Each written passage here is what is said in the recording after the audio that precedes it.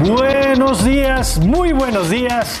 Bienvenidos a la Agenda Pública. Yo soy Mario Campos y les saludo con mucho gusto en este domingo 10 de noviembre. Ya se nos está acabando este año, qué bárbaro.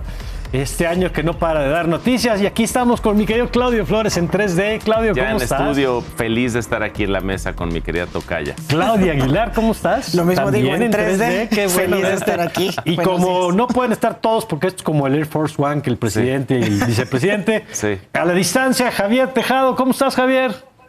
Mientras Claudio no prometa que no va a usar acordeón para el programa, yo no voy a ir al estudio. Exactamente, Ándale. muy bien. ¿Qué querido tal? Javier. Tú sí Se- sabes. Se pone rudo la mesa de 11. Muy bien, Javier. Bueno, a ver, arrancamos contigo, Claudio, porque esta semana hay varios temas que platicar y te vamos a contar las reformas que vienen, pero una que sigue su curso es la reforma judicial y lo platicamos un poquito antes de arrancar el programa. Tú me decías todos los aceleres y frenos que hemos encontrado en esta interesantísimo. reforma. Es que en términos de relato, no desde el lado legal, que aquí pues expertaza y expertazo en la materia, pero desde el lado comunicacional, ¿qué historia nos está contando la reforma? Es como un tren que avanza y se para. Y lo interesante es que unos gritan y aplauden cuando se hay algo. frenó. Oye, es que hay una jueza que puso un recurso y se va a parar, ya no se paró, ¿no? Oye, un ministro parece que heroicamente va a... Ya no está el ministro tampoco. Entonces, en esta historia, ¿no? Es muy interesante porque unos y otros de los lados, porque hay quien quiere que suceda la reforma Sí, judicial claro, y está claro, aplaudiendo y claro. están los funcionarios de Morena. Lo interesante es, me parece, en términos de estrategia, cómo está cada uno de estos lados viendo el relato. Entonces, ¿qué historia está contando cada uno? Para el oficialismo es claro que la reforma judicial, sus críticos, los críticos de la reforma, ya sean jueces, expertos judiciales, etc., o personal del propio Poder Judicial, son enemigos a vencer.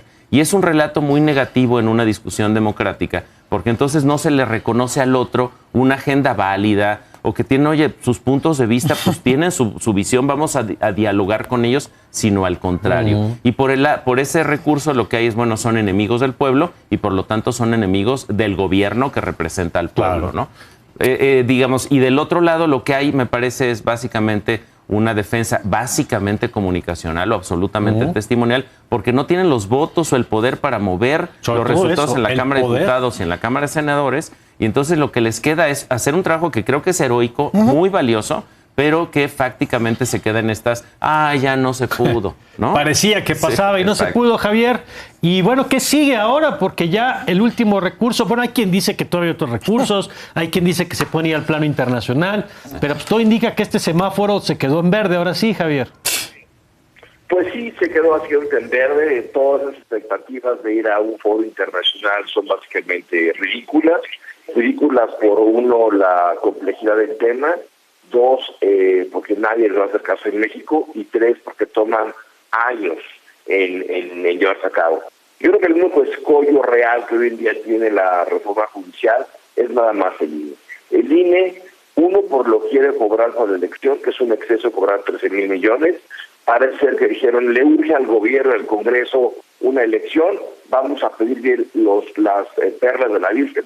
Y dos, porque si hay algunas suspensiones dictadas por juez ante el INE. Y si el INE, digamos, no tiene claridad judicial, y dado que la mayoría de funcionarios en el INE son anti la presidenta del INE, creo que hay una cosa que se atore, tendrían que pedirle a la opinión una corte, pero yo creo que son escollos menores.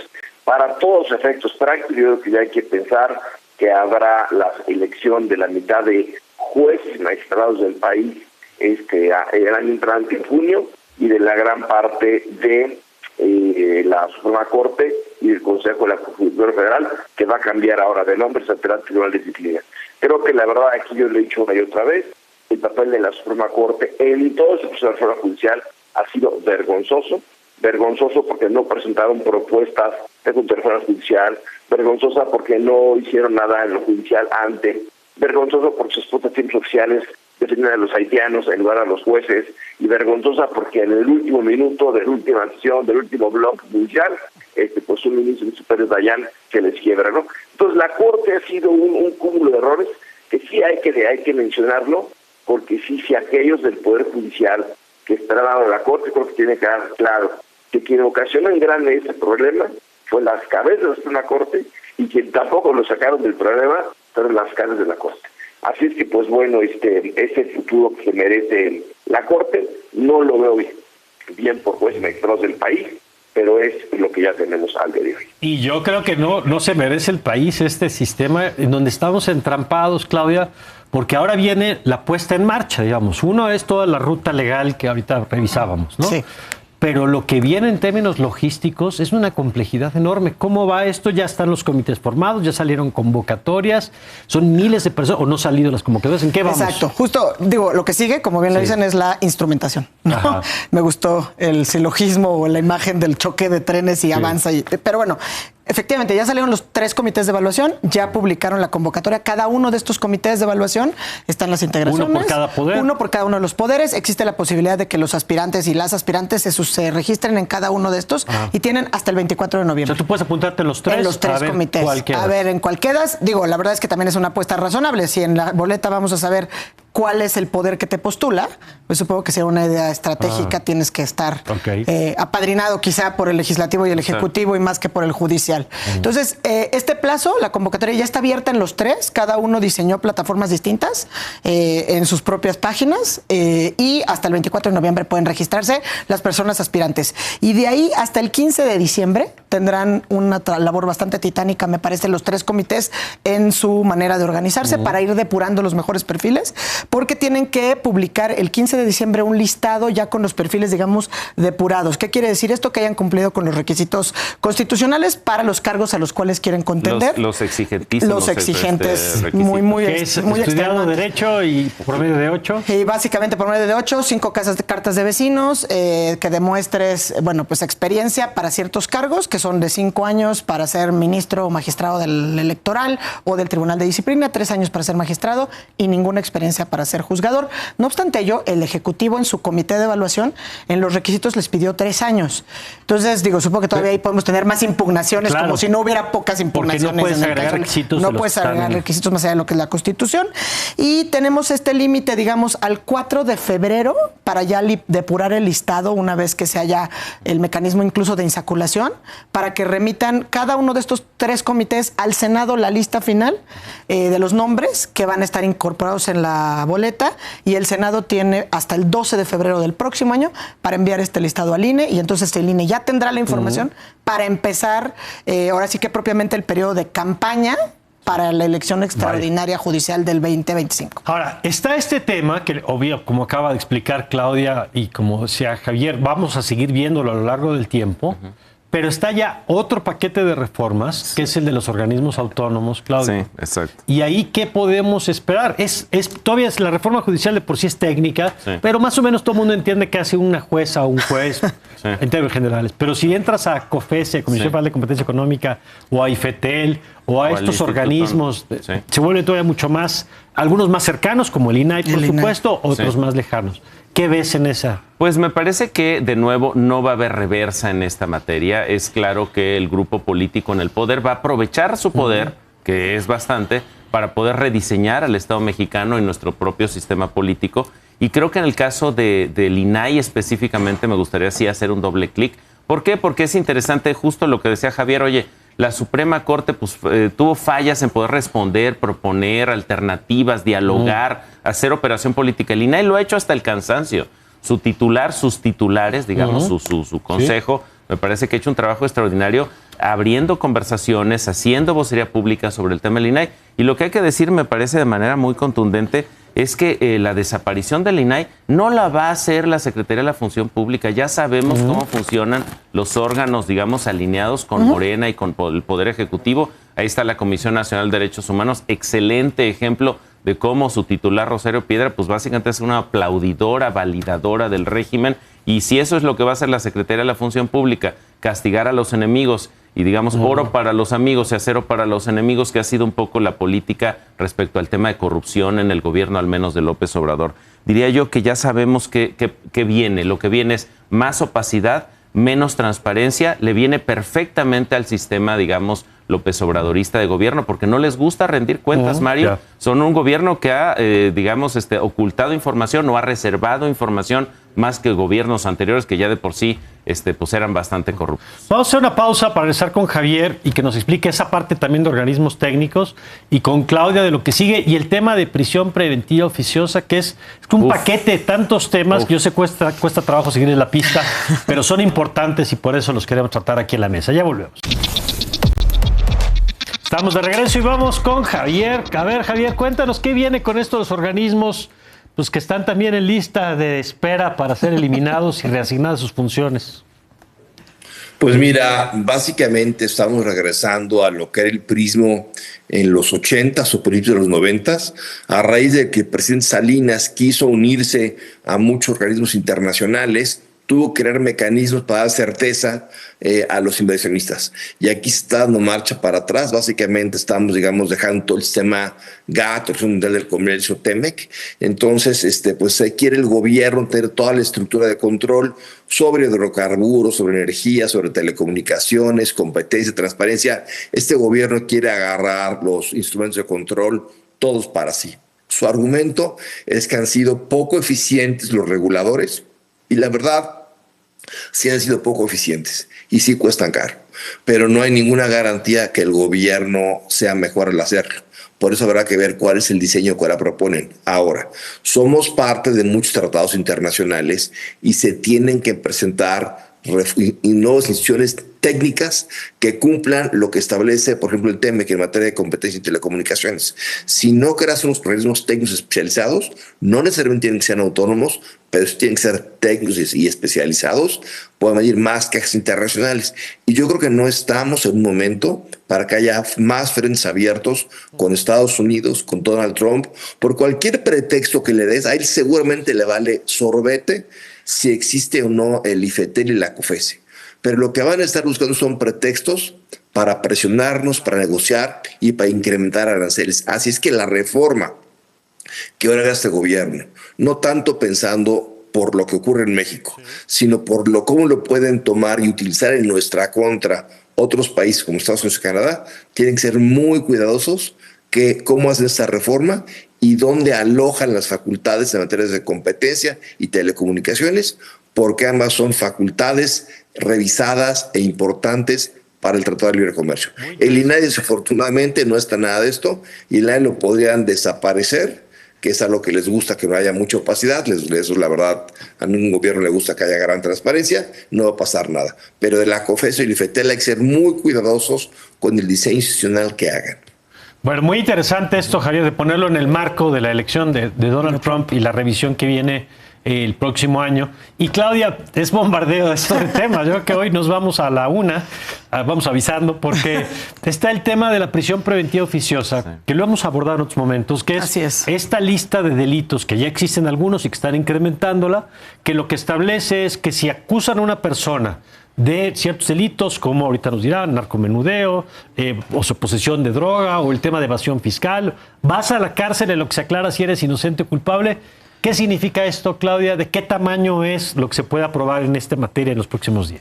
Bueno, la verdad es que esto es gravísimo. Me parece que es claramente otra vez un retroceso, pero además es contradictorio en esta política discursiva de por el bien de todos, primero los pobres, porque justamente los más pobres son los que siempre están sujetos a procesos de prisión preventiva oficiosa, sobre todo por la ampliación del catálogo de supuestos delitos por los que procede la prisión preventiva oficiosa, que como bien lo señalas, aquí lo que hace es además ampliar el catálogo de los delitos. Se incluye incluso el caso del narcomenudeo, que me parece gravísimo, sobre todo en un contexto donde veníamos... Porque donde a lo mejor a la gente no le suena mal, a lo mejor dice, pues qué bueno que vayan contra... Es que además venimos en un contexto de libertades, donde en teoría el consumo o el uso lúdico, recreativo, por ejemplo, de la marihuana...